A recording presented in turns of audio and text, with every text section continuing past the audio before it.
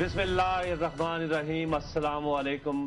Programme ہے دنیا میرے آگے اور میں ہوں مشتاق منہاس اور میں نصرت جاوید۔ مشتاق منہاس صاحب، میں آج کہیں دائیں بائیں آپ کو کھسکنے نہیں دوں گا۔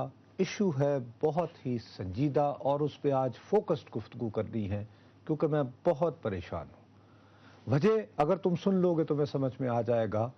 19 نومبر 2008 کو ہمارے ایک بہت ہائی پروفائل اسلام آباد میں قتل ہوا تھا۔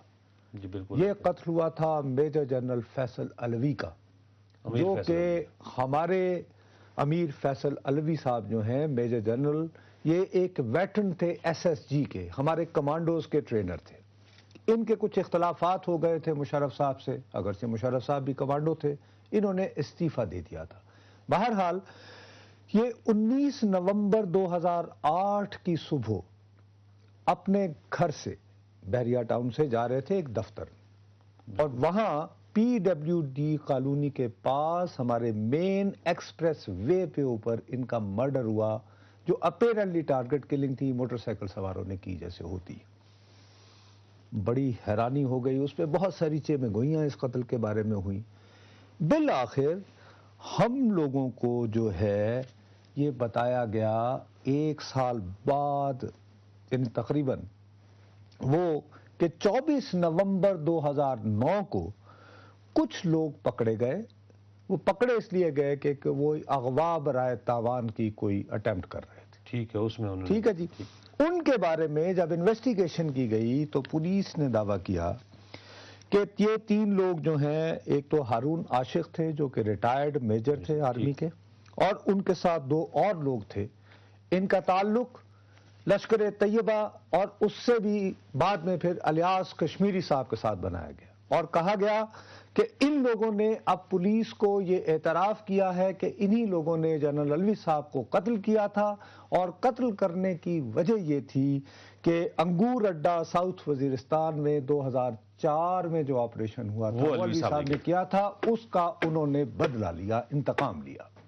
اب جناب کیا ہوا ہے کہ کل ان تینوں کے تینوں ملزمان کو، جن کے بارے میں ہماری پولیس اور ہمارے وزیر داخلہ کہتے نا جو کہ ہم نے قتل جو کہ مہمے حل کر لیے، دہشت گردوں کو کیفر کردار تک پہنچائیں گے، ان کو عدم ثبوت کی بنا پر بری کر دیا گیا ہے۔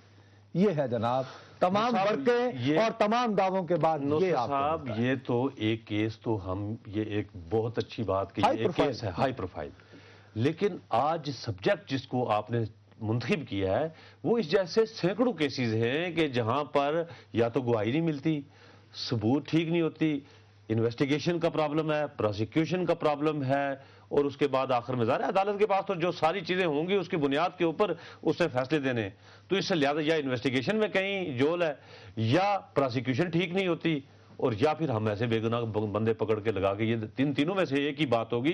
اور یہ ایک کیس نہیں ہے نصرت صاحب، میں پھر کہہ رہا ہوں کہ یہ سینکڑوں میں یہ کیسز ہیں، پورے پاکستان میں چلے جائیں۔ اور چلو اس بیک گراؤنڈ کو جب تک کہ سارے اس کے سارے پہلو ہیں، یہ اس کو ڈسکس کرنا ہے۔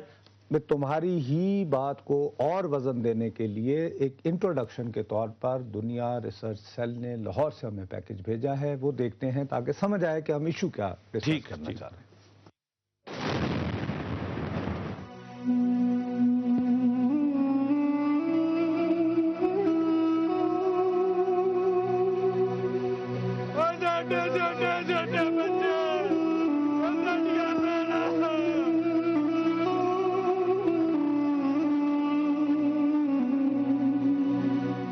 لاہور میں گزشتہ 3 سال کے دوران دہشت گردی کے 32 واقعات رونما ہوئے، تاہم دھماکوں میں ملوث 50 مشتبہ ملزموں میں سے صرف 16 کو ہی گرفتار کیا جا سکا۔ اس میں سے بھی صرف ایک ملزم ہجرت اللہ کو ہی عدالت میں پیش کیا گیا، جبکہ پاک سرزمین کو بارود اور خون میں نہلانے والے 33 ملزم آج بھی آزاد گھوم رہے ہیں۔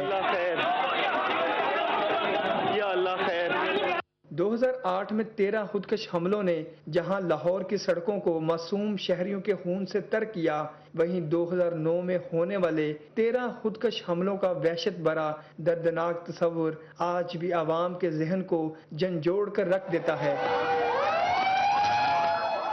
2010 کے پہلے 4 مہینوں میں ہونے والے 5 دھماکوں اور 3 خودکش حملوں کے نتیجے میں تقریباً 80 افراد اپنی جانوں سے ہاتھ دھو بیٹھے، لیکن پولیس دہشت گردی کے واقعات میں ملوث اصل ملزموں کو گرفتار کرنے کے بجائے عام شہریوں کو ہی قربانی کا بکرا بناتی رہی۔ پولیس نے آ کے مجھے پکڑا کہ بھی آپ دہشت گردوں کو سم میں سیل کرتے ہیں، مگر ایسا نہیں ہے کہ مجھے کیا پتا کہ دہشت گرد کون ہے، وہ کسی کے اوپر لکھا تو نہیں ہوا، مگر میں نے سم ایک نارمل آدمی کو سیل کرتا ہوں، مگر وہ مجھے پکڑ کے لے گئے اسی چکر میں کہ بھی آپ دہشت گردی کے ساتھ ہیں۔ اقبال ٹون کا وکٹم ہوں، میرے سامنے وہ ساری سچویشنز ہوئی اور اس میں نے دیکھا کہ لوگوں نے ایسے لوگوں کو بھی پکڑا، میں بھی ان لوگوں میں شامل تھا جن لوگوں کو انہوں نے اریسٹ کیا کہ یار آپ بھی ہیں، آپ بھی وانٹیڈ ہیں، آپ بھی لوگوں میں ہیں۔ جب آرے بازار میں دھماکہ ہوا ہے، ہم وہاں سے گزر رہے تھے تو پولیس نے ہمیں شک کی بنا پر پکڑ لیا، 8-10 دن ہمیں حراست میں رکھا ہے۔ تنہاؤں میں اضافے کے باوجود پولیس کی اصل ملزموں تک رسائی نہ ہونے کے برابر ہے۔ ان کی جو ہے اسٹرینتھ اس کو بڑھا رہے ہیں اور ٹریننگ کیپیسٹی جو ہے اس کو امپروو کر رہے ہیں، تو یہ ساری چیزیں جو ساتھ ساتھ شامل ہوتی جائیں گی تو انشاءاللہ تعالی کارکردگی جو ہے وہ بہتر ہوتی جائے گی۔ لاہور میں پولیس کے 28,000 سے زائد اہلکار تعینات ہیں، لیکن جرائم اور دہشت گردی کے کنٹرول کے لیے ان کی کارکردگی زیرو نظر آتی ہے۔ دہشت گردی ہمارے ملک کی سلامتی کو دیمک کی طرح چاٹ رہی ہے، لیکن دہشت گردی کے خاتمے کی دعوے دار پنجاب حکومت اور پولیس تاحال اس پر قابو پانے میں بے بس نظر آتی ہے۔ کیمرہ مین اقبال خان کے ساتھ عثمان احمد بٹی، دنیا ریسرچ سیل، لاہور۔ جی، دنیا ریسرچ سیل کی یہ صرف لاہور کی حد تک ایک انہوں نے رپورٹ دی ہے، لیکن ایسی رپورٹس ملک کے ہر حصے سے آنی چاہیے تھی، اور اگر نہیں بھی آئی تو اس کا یہی مطلب ہے کہ کراچی، کوئٹہ، پشاور، اسلام آباد ہر جگہ پہ یہی صورتحال ہے جو کہ ہمارے آج ویسے آپ کے پیارے رہنما، آپ کے پیارے دوست ڈاکٹر ذوالفقار مرزا، وزیر داخلہ سندھ، وہ بھی چیخے چلائے ہیں اسمبلی میں اور لوگوں کو کہا کہ جی ججز کو کہیں وہ کچھ ہوش کریں، جاگ جائیں اور ضمانتیں نہ دیں۔ بہرحال ہم اس بحث میں نہیں پڑتے۔ شکیل انجم ہمارے ساتھی ہمارے ساتھ ہیں، کرائم پہ فوکس کرتے ہیں، ہو سکتا ہے وہ کچھ اور ہائی پروفائل کیسز بھی ہمیں بتا سکیں۔ السلام علیکم شکیل۔ السلام علیکم ویسے صاحب۔ بھائی بہت شکریہ ہمیں جوائن کرنے کا۔ یہ بتاؤ سب سے پہلے کہ یہ تو ہائی پروفائل کیس میں نے الوی صاحب کا بتایا، آپ کو کوئی آف ہینڈ اس ٹائپ کے ہائی پروفائل 4-5 آپ کے ذہن میں آتے ہیں جو کہ؟ جی نصر صاحب، بڑا انتہائی آپ نے اہم موضوع چھڑا ہے جس کی طرف کوئی توجہ نہیں دے رہا۔ اس میں آپ ابھی تک ایک بھی ایسی مثال نہیں ملتی جس میں انویسٹیگیشن جو ہے، انویسٹیگیٹر جو ہے وہ صحیح مجرم تک پہنچ سکے۔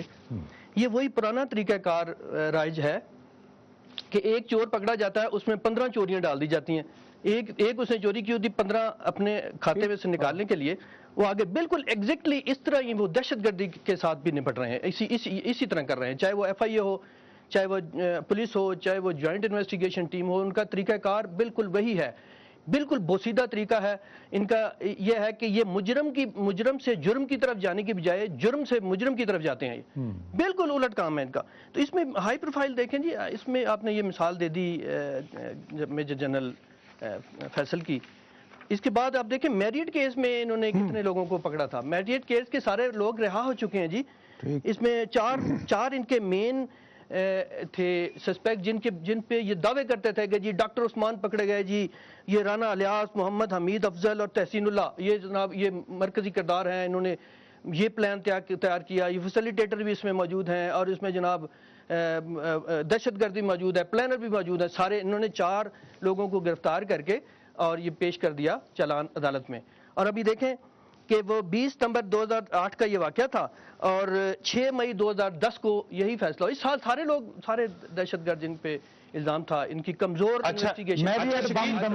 بالکل نہیں، اس کے علاوہ اب یہ شکیل سے بھی پوچھیں گے، اور جسٹس ریٹائرڈ زاہد بخاری صاحب پراسیکیوٹر جنرل پنجاب، وہ بھی ہمیں اسلام آباد اسٹوڈیو سے ہی جوائن کریں گے۔ اس کے ساتھ ہم کوشش کریں گے کچھ سابق پولیس افیسر سے بھی بات کریں، اور اس کے ساتھ ساتھ جو پراسیکیوشن کے اندر جو لوگ رہے ہیں ان سے بھی بات کریں گے، اور ان سے یہی پوچھیں گے آخر گرفتار جب ہو جاتا ہے اور اس کے بعد ملزمان عدالت سے کیوں چھوٹ جاتے ہیں۔ یہ سب سے بڑا اہم سوال ہے اس وقت پورے پاکستانیوں کے ذہن میں۔ ناظرین حاضر ہوتے ہیں ایک وقفے کے بعد۔